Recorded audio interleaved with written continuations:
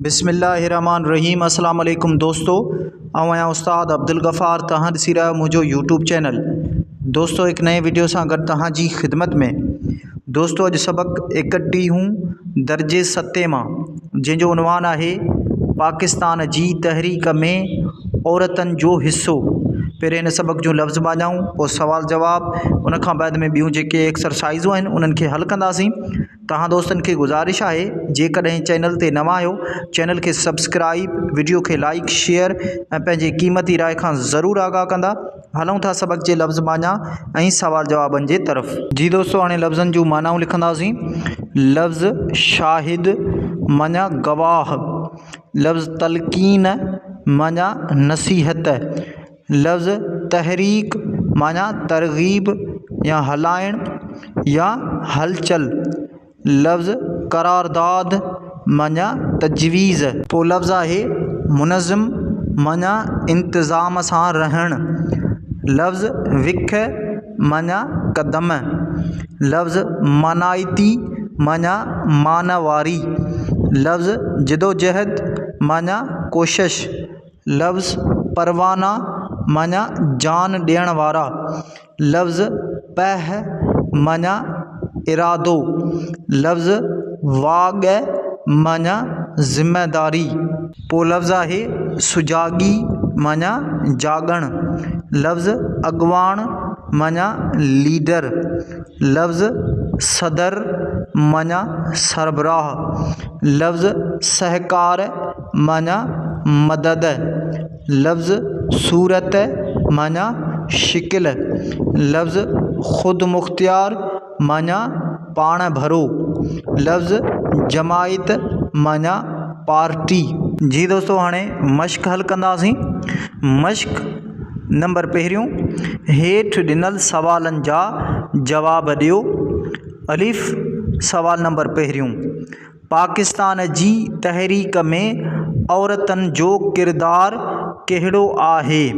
जवाब, पाकिस्तान जी तहरीक में औरतने मुस्लिम लीग जे अगवाणनि सां कुल्हो कुल्हे में मिलाए भरपूर जिदोजहद कई, जंहिंजे नतीजे में पाकिस्तान 14 अगस्त 1947 ईस्वीअ में आज़ादी हासिल कई।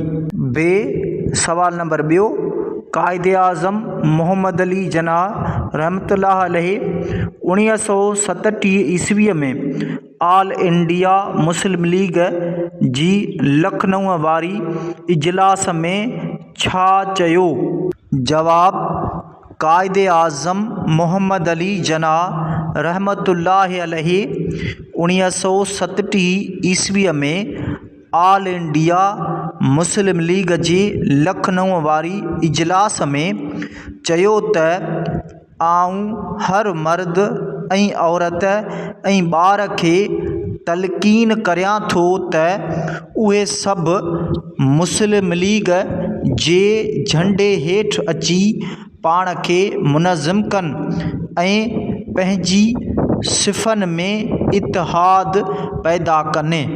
जीम सवाल नंबर टियों, फ़ातिमा जिन्ना आज़ादीअ जी तहरीक में कहिड़ो किरदार अदा कयो?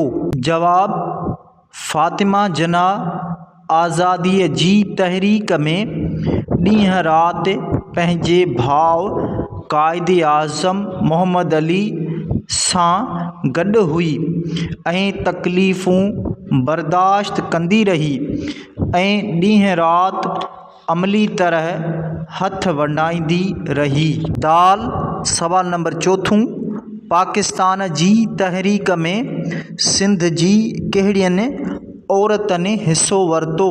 जवाब, पाकिस्तान जी तहरीक में सिंध जी हेठियुनि औरतनि हिस्सो वरितो। बेगम शाहनवाज़, बेगम तसद्दुक़ हुसैन, फ़ातिमा बेगम, बेगम वक़ारुन्निसा, लेडी सुग़रा हिदायतुल्लाह। नंबर ॿियो, हेठि ॾिनल लफ़्ज़नि जी माना लिखो ऐं जुमलनि में कमु आणियो। लफ़्ज़ आहिनि मानाइती जमायत तहरीक परवाना करारदाद। जी दोस्तों हाणे लफ़्ज़नि जूं मानाऊं लिखंदासीं ऐं इन्हनि खे जुमलनि में इस्तेमालु कंदासीं। लफ़्ज़ मानाइती माना मान वारी या मर्तबे वारी।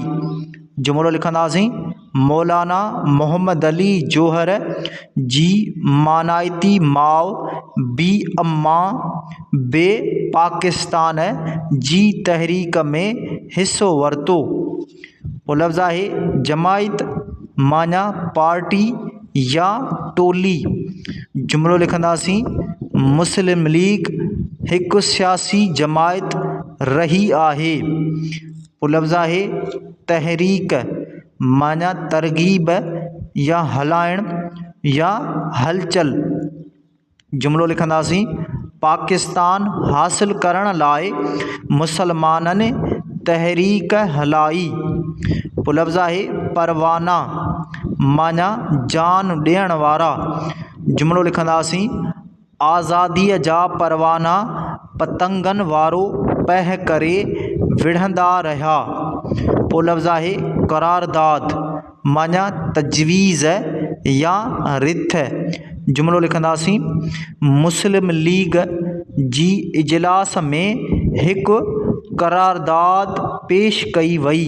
नंबर 3 हेठि ॾिनल जुमला ग़लति आहिनि, अव्हां इन्हनि खे दुरुस्त करे लिखो।